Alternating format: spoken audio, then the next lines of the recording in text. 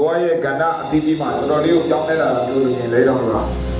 အခက်အခဲတစ်ခုကြုံလာပြီဆိုတာနဲ့ကိုအလွဲတကူလက်လျှော့ပေးတတ်တဲ့အကျင့်ရှိပေါ့အခုလိုမျိုး2ရက်တာတင်တန်းမှာပြီးသွားတဲ့အချိန်မှာဆိုလို့ရှိရင်ပို့ပြီးတော့အထာကြကြနဲ့အလုံးလုံးချင်စိတ်တွေပို့ဖြစ်လာတယ်အရန်အောင်မြင်ချင်လာတယ်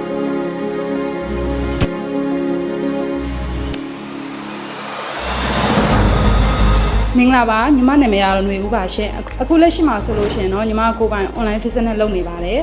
ဒီသင်တန်းကိုလာတက်ရခြင်းရဲ့အဓိကအကြောင်းရင်းကတော့ညီမလူပညာပို့ပြီးတော့တိုးတက်ခြင်းနဲ့လူအကြောင်းတွေပို့ပြီးတော့သိခြင်းနဲ့စီးပွားရေးကိုအထားကျကျဥဆောင်တတ်ခြင်းတယ်ပေါ့နော်အရင်တော့ဆိုရင်ညီမက emotion အများများတယ်စီးပွားရေးမှာကိုယ့်ရဲ့ကိုယ်ပိုင်အလုပ်ဆိုပေမဲ့လည်းအခက်အခဲတစ်ခုကြုံလာပြီဆိုတာနဲ့ဟိုအလွဲတကူလက်လျှော့ပေးတတ်တဲ့အကျင့်ရှိရပေါ့အခုလိုမျိုး2ရက်တာတင်တန်းမှာပြီးသွားတဲ့အချိန်မှာဆိုလို့ရှိရင်ပို့ပြီးတော့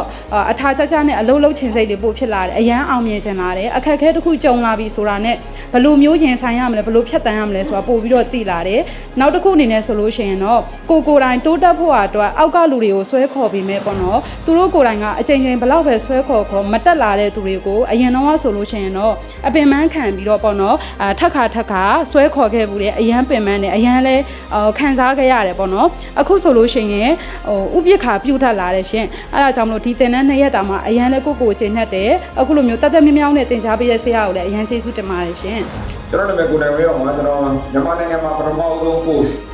မြန်မာနိုင်ငံမှာပထမဆုံးဒီ coaching firm ဖြစ်တဲ့ Breakthrough ရဲ့ CEO နဲ့ဆောင်ကိုနိုင်ဝဲအောင်ပါအားလုံးကိုကျွန်တော်ဒီနေ့ဒီနေ့ကြိုဆိုပါတယ်